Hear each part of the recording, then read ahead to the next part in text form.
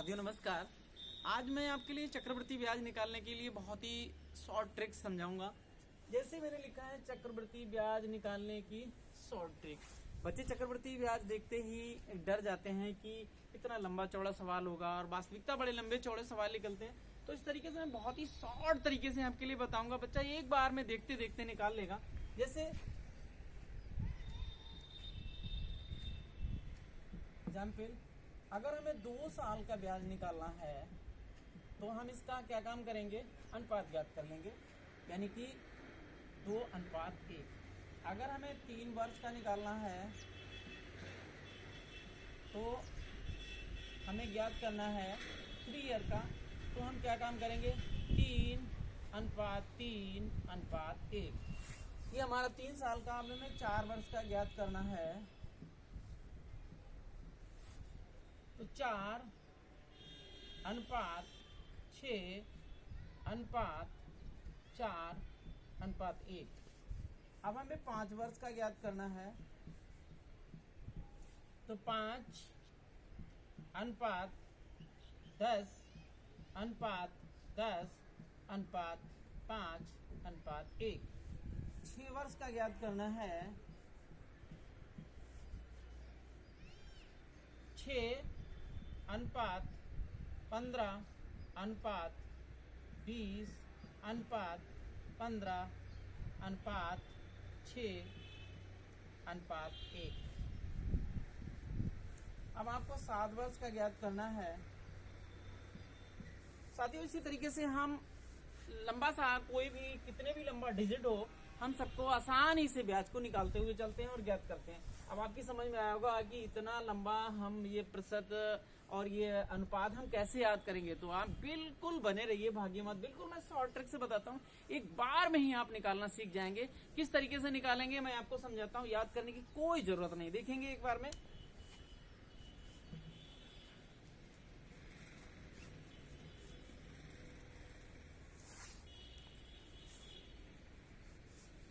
देखिए जैसे आपके लिए मैंने लिखा था 2 साल का।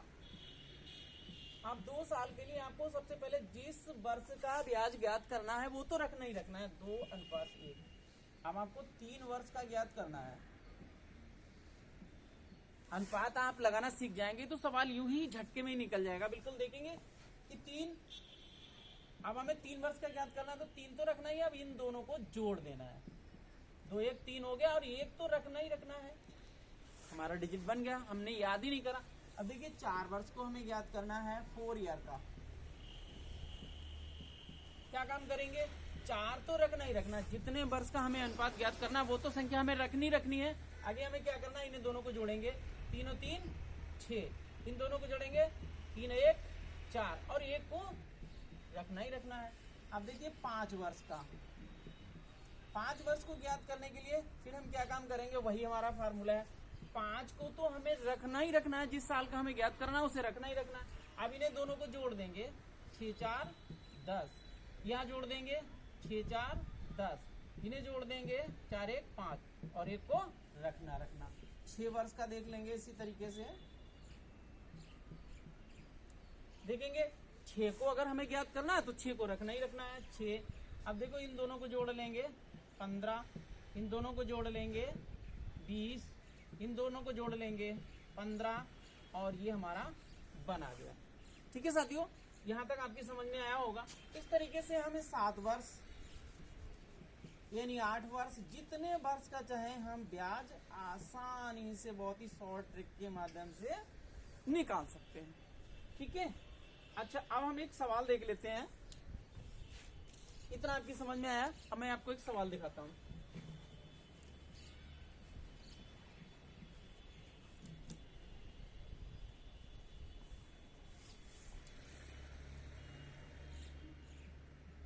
₹4000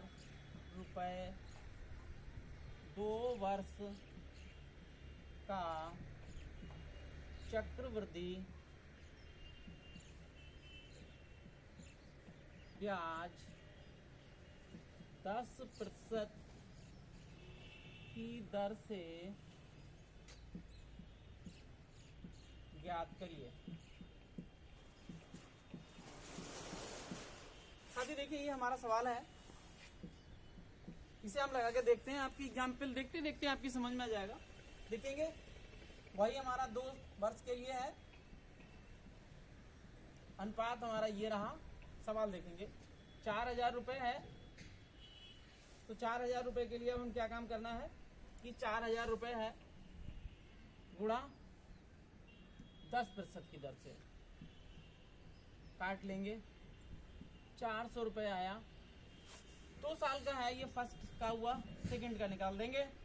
400 इस वाले पर हम निकालेंगे 400 गुणा 10 बटे 100, 100 कट गया, 40 है।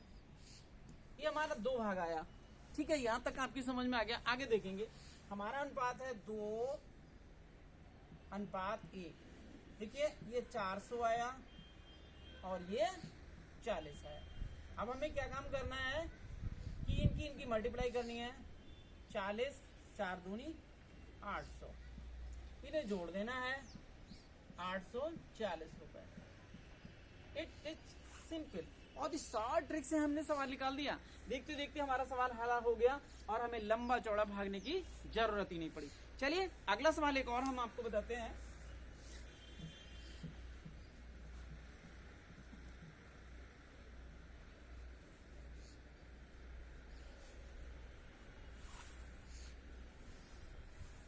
मान लीजिए यहाँ पर 5000 रुपए,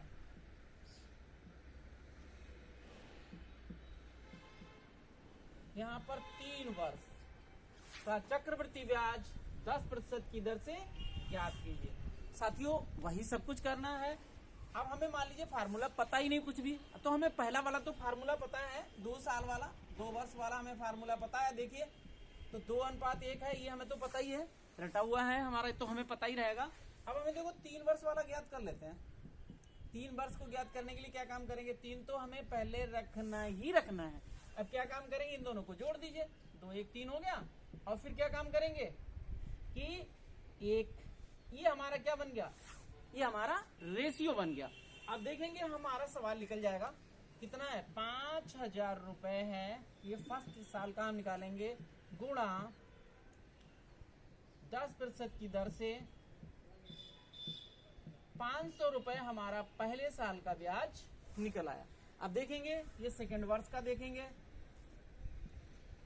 500 गुणा 10 बटे 100, ये 50 हमारा दूसरे साल का हमारा ब्याज निकल गया।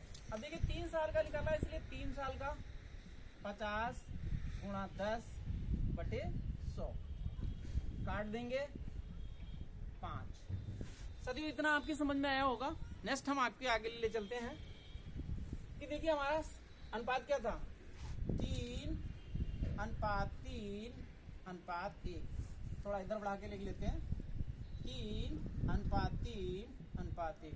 देखिए फर्स्ट ईयर का 500, सेकेंड ईयर का 50, उसके बाद में 5 मल्टीप्लाई कर लेंगे। 5 तो 5 आ ही गया, 5×3 15, 150 आ गया। और ये भी कितना आ गया, ये हमारा 1500 आ गया। ठीक है, अब हम इनको तीनों को हम क्या काम करेंगे, जोड़ लेंगे। देखिए 1500, 150, नीचे 5, 5 एकम 5 और 5 ये आ गया 6, और ये हमारा 1655। ये हमारा बहुत ही जल्दी हमने सवाल निकाल लिया एकदम। देखते देखते हमारे सारे सवाल हल हो गए। और एक चक्रवृद्धि का ब्याज हर परीक्षाओं में, बड़ी परीक्षाओं में, आपने देख लीजिए टेट में, सुपर टेट में, रेलवे की, वीडियो की परीक्षाओं में, सभी में आता है। एक शॉर्ट ट्रिक से हमारा समय की बचत, यानी कि समय इज मनी। वास्तविकता समय की हमारी बहुत बड़ी ही थिंकिंग होती। तो इस तरीके से मैंने आपको बताया। हमारी ये वीडियो आपको पसंद आए तो लाइक एंड सब्सक्राइब।